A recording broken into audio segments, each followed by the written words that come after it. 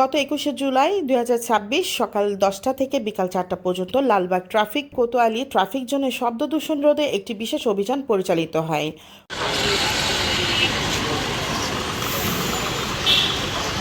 অভিযানটি পরিচালনা করেন ট্রাফিক লালবাগ বিভাগের অতিরিক্ত পুলিশ কমিশনার জনাব পহন চাকমা।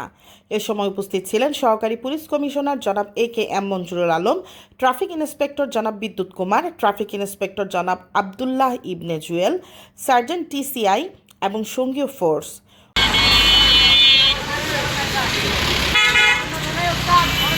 অভিযানে শব্দ দূষণ সৃষ্টি করে এমন যানবাহনের বিরুদ্ধে কঠোর ব্যবস্থা গ্রহণ করা হয়। এ সময় মোট ৯টি যানবাহনের বিরুদ্ধে আইনানুগ ব্যবস্থা গ্রহণ করা হয় এবং বিভিন্ন যানবাহনে ব্যবহৃত হাইড্রোলিক হর্ন জব্দ করা হয় এবং নগরীতে শব্দ দূষণ নিয়ন্ত্রণে এ ধরনের অভিযান ভবিষ্যতেও অব্যাহত থাকবে বলে সংশ্লিষ্ট কর্মকর্তারা জানান।